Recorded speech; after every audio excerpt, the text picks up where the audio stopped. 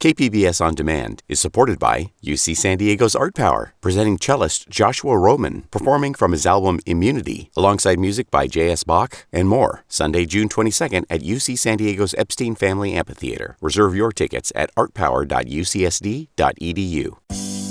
This week on the Roundtable, Comic-Con at Home 2.0, one of San Diego's biggest events, is forced to go virtual for a second straight year. How much are you willing to pay for a college degree? For students at the UC system, the price keeps going up. And are electric cars really the answer when it comes to climate change? The environmental costs being paid from the deserts to the ocean floor. I'm Andrew Bowen, and the KPBS Roundtable starts now.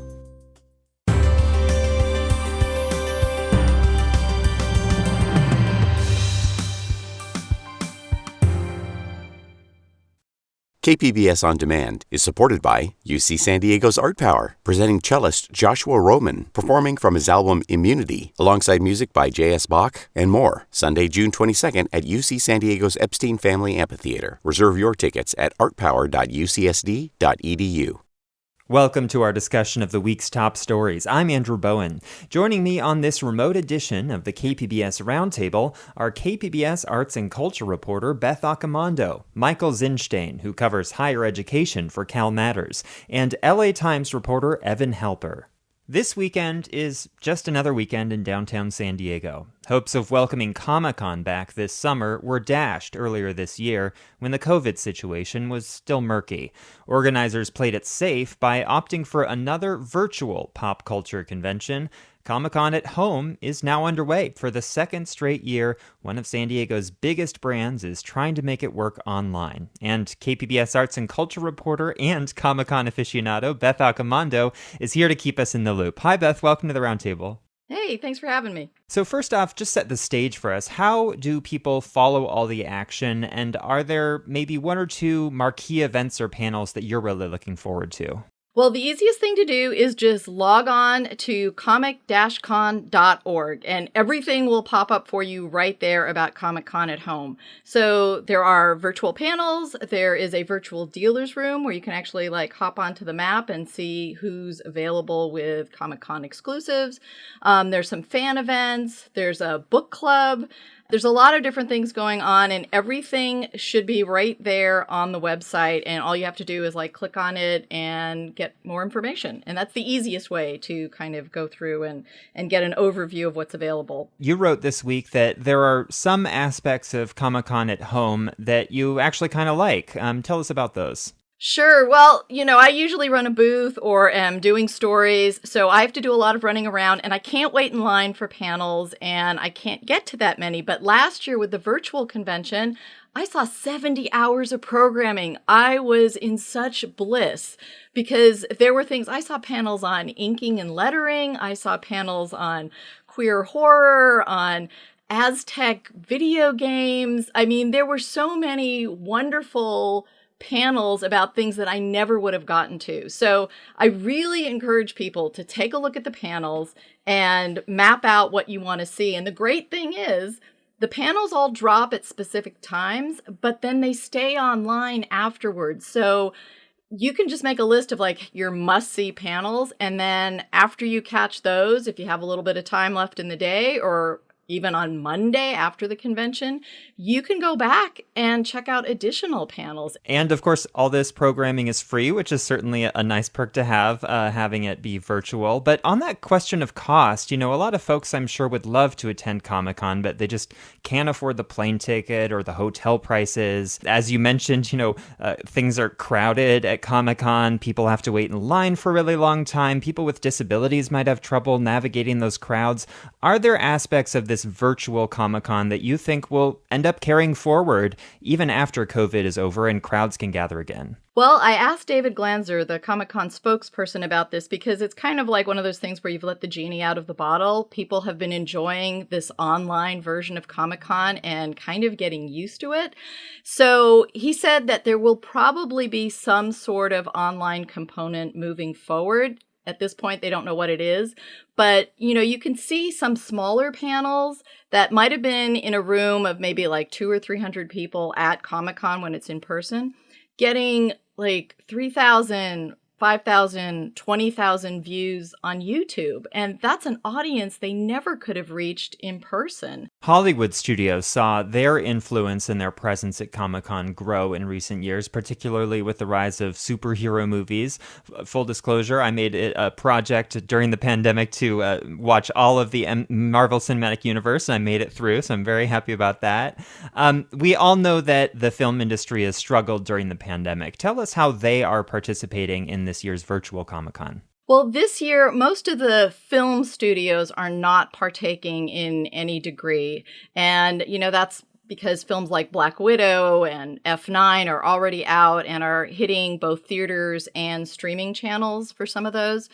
So you are seeing a lot of TV representation, and, there's stuff about Rick and Morty, the Star Trek animated show, Dragon Ball Z. Those are all being represented, but the studios really aren't. And I don't know if that's because they don't have that much product to promote at this point in time, or they're not really sure of how to promote it. But, moving forward, we'll see what happens. There is going to be a supposed in-person show in November, so maybe they'll be more interested in that.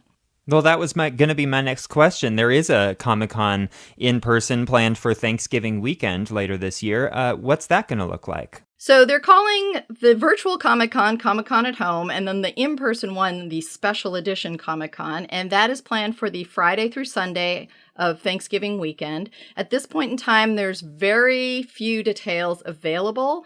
They do know they're going to be at the convention center. They are not at this point planning to use Hall H. It will probably be a smaller show, more like the WonderCon, their sister convention that's up in Anaheim. So for a lot of people who have been bemoaning the fact that Comic-Con is so popular and so crowded, this might be a throwback to Comic-Con of maybe a decade or more earlier. So it still remains to be seen exactly what's going to happen. I think some of the Hollywood studios were bristling a little about it being Thanksgiving weekend, and how do you get celebrities to give up their first Thanksgiving in over a year that they might be able to spend with family and come down to San Diego? But remains to be seen what that will be like. And I think Comic-Con is going to be focusing on that as soon as the virtual edition is over, and there'll probably be more details about that coming out soon. You mentioned you spoke with Comic-Con spokesperson David Glanzer. What has this past year and a half been like for him and the other staff at Comic-Con? It's been crazy because they were at the very beginning of the pandemic. They had WonderCon, so they were one of the first fan conventions to have to come up with a solution for what to do. And, Comic-Con is a huge event, so when they had to move that online, that was a big undertaking. And, they're also working on the Comic-Con Museum, which was about to go through renovations, and they were still fundraising on that. So they've been pretty busy, but I think the good news is, as far as I know, they didn't have to lay anybody off, so they managed to keep their staff running this whole time. And, they've just been trying to pivot like so many other organizations. And I want to give you a chance to plug the project you've been working on lately. You relaunched the KPBS Cinema Junkie podcast. How is it going? And you want to give us a preview of the next episode? Sure. I've got an episode coming up called Crew Call, and this is a celebration of people who work behind the camera. And I'm going to be talking to a couple of stunt people about what that entails on a set. And then in August, we are going to be doing a Bollywood special, and I'll be speaking with the podcasters of Movie Wallas about the history of Bollywood films and the current state of the Bollywood film industry. And really quick, remind us how we can get that podcast and other content from you on KPBS. Sure, you can go to kpbs.org/cinemajunkie, and you can find all the information there. All right, I've been speaking with Beth Accomando, arts and culture reporter for KPBS. And Beth, thanks for joining us. Thank you.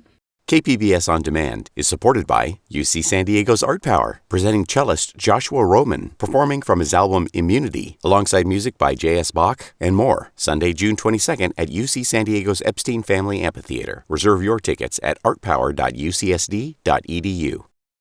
UC San Diego just admitted its largest incoming class of first-year and transfer students. Nearly 53,000 people will join the campus in the fall and it will cost more than ever to earn that degree. And the prices keep on rising, with the state set to move forward with a plan to allow indefinite tuition hikes for each subsequent class. Cal Matters reporter Michael Zinstein has been covering what critics call the tuition forever hike, and the pushback that includes one prominent San Diego politician. Hello, Michael. Hi, thank you so much for having me. Yeah, welcome to the roundtable. So UC undergraduates already pay an average of more than $14,000 in tuition and fees, and that's for in-state students.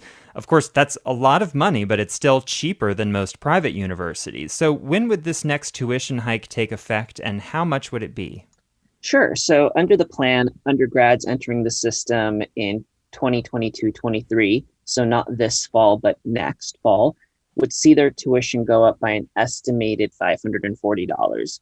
We say estimated because the actual amount is based on what the average inflation rate will be for the last 3 years, plus another 2%. Once tuition goes up for an incoming class of students, that rate stays flat for 6 years. And that's a key selling point for the UC because the system is still haunted by the dramatic tuition hikes that occurred annually during the Great Recession. And that resulted in tuition basically doubling in about 3 years. So once you're in as a freshman, you know you're going to be paying the same tuition for at least 6 years. The UC Board of Regents wanted to do this a couple of years ago, but that plan got derailed by the pandemic. Why do the regents believe this is necessary? There are several reasons that the UC cites, chief among them signaling predictability to students and keeping up with what the UC projects will be about a $2 billion budget hole in a few years for the cost of providing students an education. So not every student would pay this higher tuition. Explain why. Sure. So about 1/3 of the revenue that the UC will get from this tuition hike goes back to student financial aid. Already about more than 50% of California undergraduates don't pay for tuition. That's because they get the Cal Grant, or they get federal aid, or they get UC financial aid. You reached out to San Diego's State Senator Toni Atkins, the State Senate President Pro Tem, for this story, and she opposes this tuition hike plan. What did she tell you? Well, she gave me several quotes. One thing she said, and this is a direct quote, "I firmly believe keeping tuition stable within our public university systems is critical and do not support a tuition increase at this time.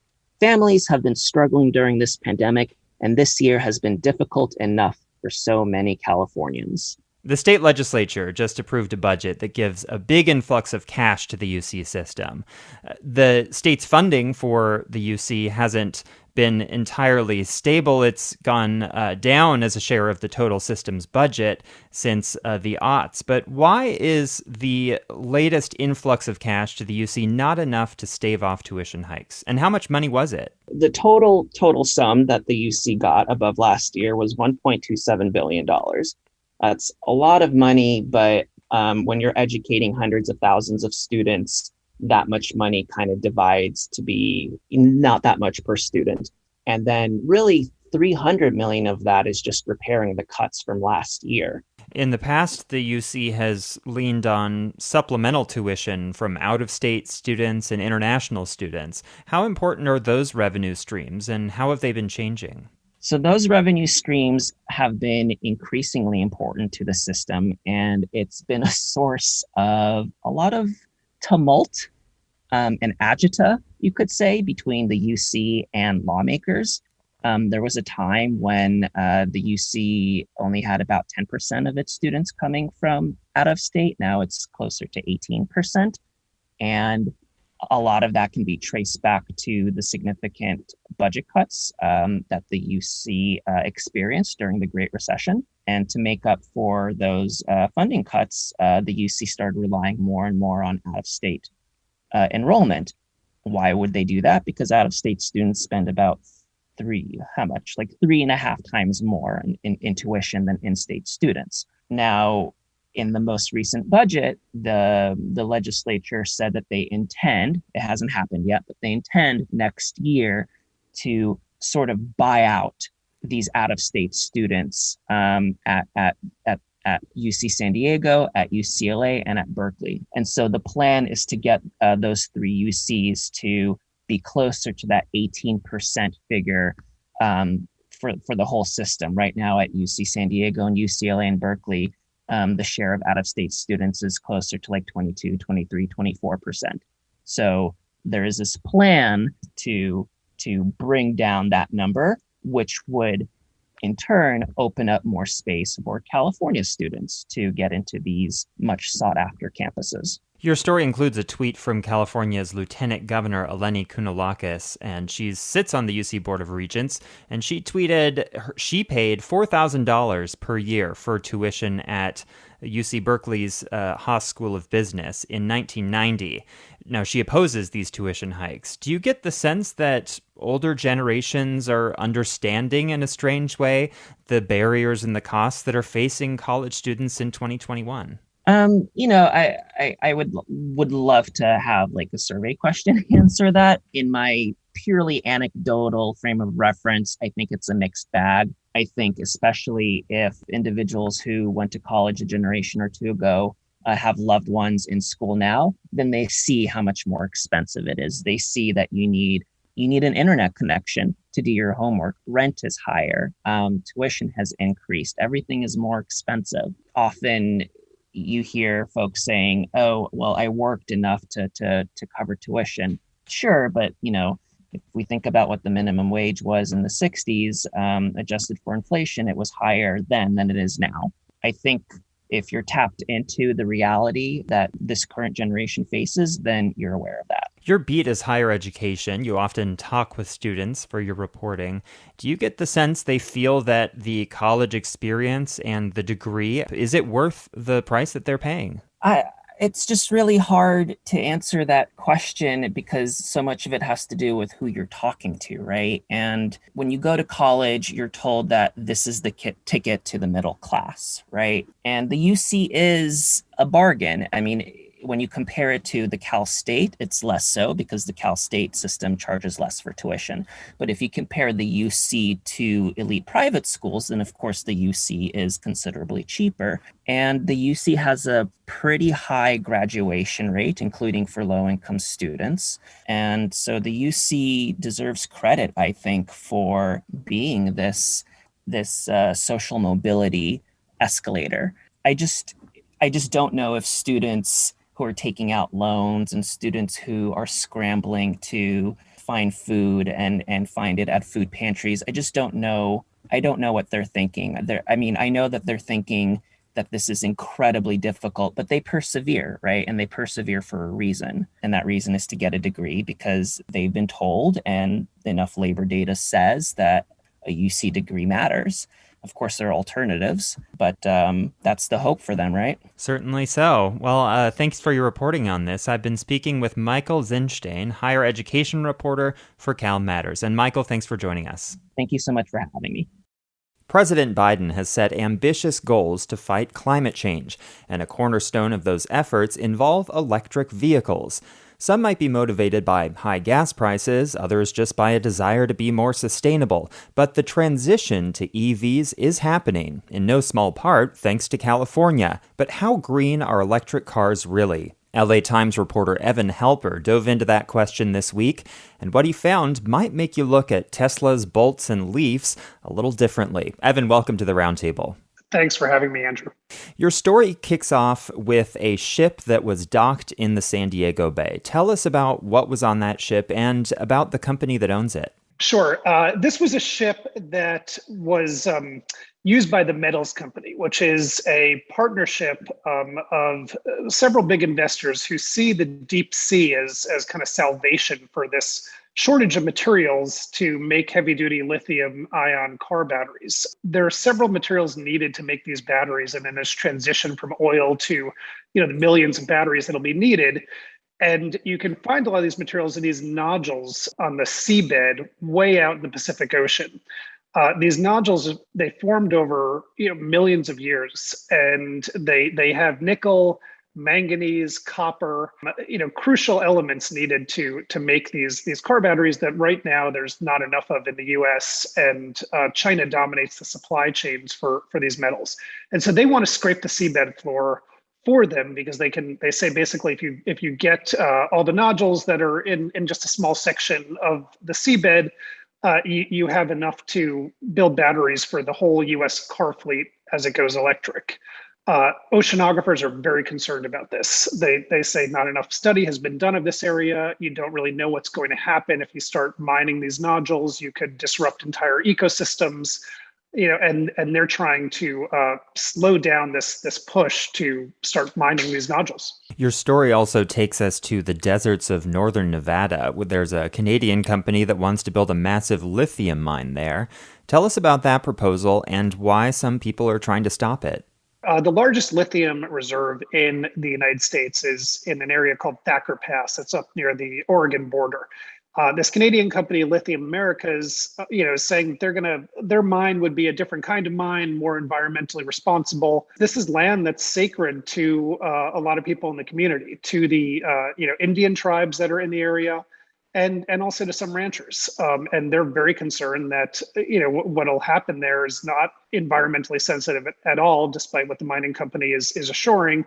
And so there's a big movement has gelled to stop this mining of lithium. There are some environmentalists who want a more ecologically friendly method of extracting lithium, and your story describes Lithium Valley near the Salton Sea in Imperial County, just east of San Diego. How did that area earn its nickname, and tell us about this alternative lithium extraction process? Yeah, certainly. So Lithium Valley up near the Salton Sea is a really interesting project.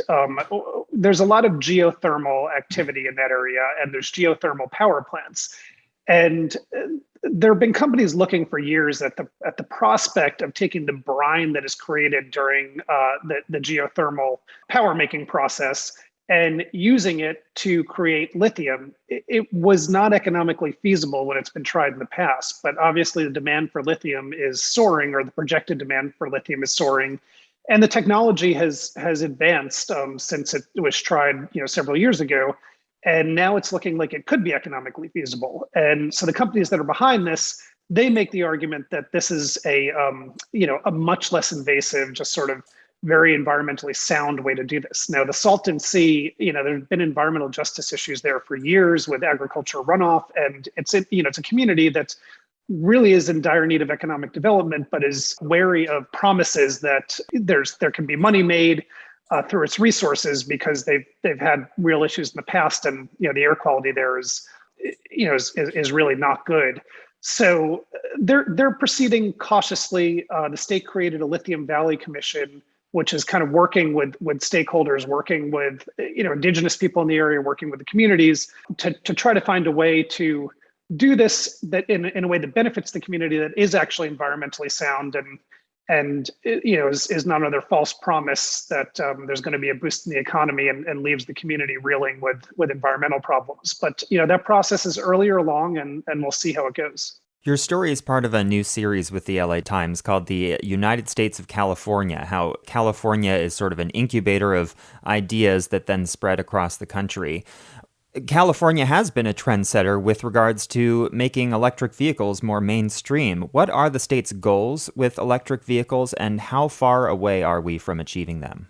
Sure. The state's goals are really ambitious. So they want no sales of new combustion engine cars or SUVs by 2035. That's not very far away. And it is something that's achievable. And you have to remember, with California, its market for vehicles is so big that when automakers look at mandates California creates, it's hard for them to just create the vehicles for California and then keep doing business as usual for the rest of the country. California is in an alliance with several states that embrace its emission standards, and you're going to start to see other states embrace these same goals about banning internal combustion engines. And so that's very aggressive. It's something that is in line with some of these automakers that are saying, look, we have our own plans to move over to electric and to a lesser extent hydrogen vehicles within a certain timeline. So it's not unrealistic, but it's ambitious, and it requires a fast ramp up. And for that reason, analysts are saying, right now, I think 1.5 million electric vehicles are sold in a year, and they're predicting by 2025 it'll be 8.5 million already. Politicians seem to really love electric vehicles because they're kind of just an easy solution to climate change. Why do we need to bother changing our neighborhoods or changing our infrastructure to make them more walkable or bike friendly when you can just swap out the internal combustion engine for a battery? But how much are our leaders actually grappling with these questions about electric vehicles and their sustainability, particularly with the production, that you uncovered in your story? I think that's a really important point. For a lot of people, it looks like this is just a matter of maybe moving over to an electric vehicle, or you won't drive a gas vehicle anymore, but you could have a Tesla and your life wouldn't change that much. And that's a point one of the advocates over at Thacker Pass made very eloquently. Said, look, entire communities are being disrupted. People live here. For a lot of people, this is just maybe you have to drive a different car. It's not that simple. And so, that's not to say sticking with, vehicles that run on oil is the way to go, but it is to say that these decisions are a lot more complicated. They involve a lot more work, and they're a lot more inconvenient than sometimes policymakers would have you believe. It's not just about moving everyone into a Tesla. It's also about responsibly and sourcing the materials that are going to go into all of these lithium batteries and making some tough decisions about, okay, where are we going to get these things? Who's going to be affected? This is a major transition, and it's one that does need to happen. But some of the tough questions are being ignored along the way. I've been speaking with Evan Halper, reporter for the LA Times.